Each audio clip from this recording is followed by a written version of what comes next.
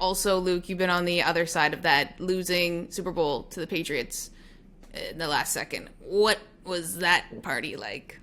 Yeah, it was, so like you said, the year before, there's obviously a lot of great emotion going on. Macklemore, we have these parties at whatever hotel we're staying at. They rent out a ballroom, lots of alcoholic beverage choices.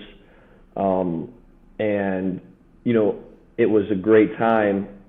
And being Canadian, as we've mentioned, I'm not going to lie, I'm a pretty big Drake fan.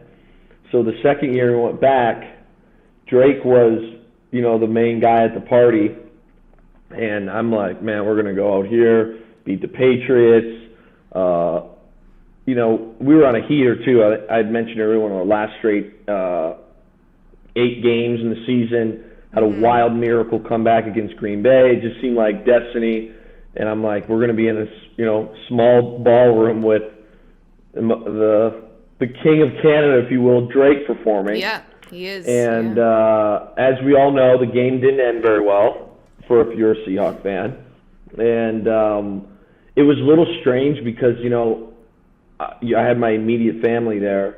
Not that my mom and dad really cared, but my sister, I think, was pretty excited to be at the party with Drake, as would anyone be, and wait for him to kind of do his show. And I remember sitting there, and you're just like so disgusted, and you have such a bad taste in your mouth from what just happened that I don't even think I stayed to watch. I'm just like, I got to get out of here. Like, I can't be happy. And honestly, if we would have gotten blown out, I feel like I might have been able to be like, okay, well, at least I can enjoy. But to kind of lose the way we did, it definitely soured the idea of listening to Drake. Yeah, that's that. Because the whole time, everyone's probably just like reliving that last play in their head. I think most of the party isn't necessarily just players, obviously.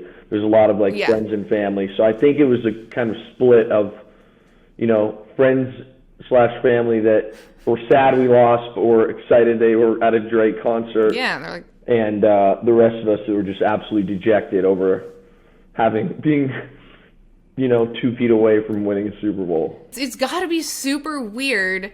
And maybe it isn't, maybe it is, but what is it like watching the Super Bowl as a player that, has played against these teams? To be honest, it's not that enjoyable. When I was younger and in college, it was kind of a big ordeal. But it's almost like the epitome, for me at least, it's like the epitome of failure.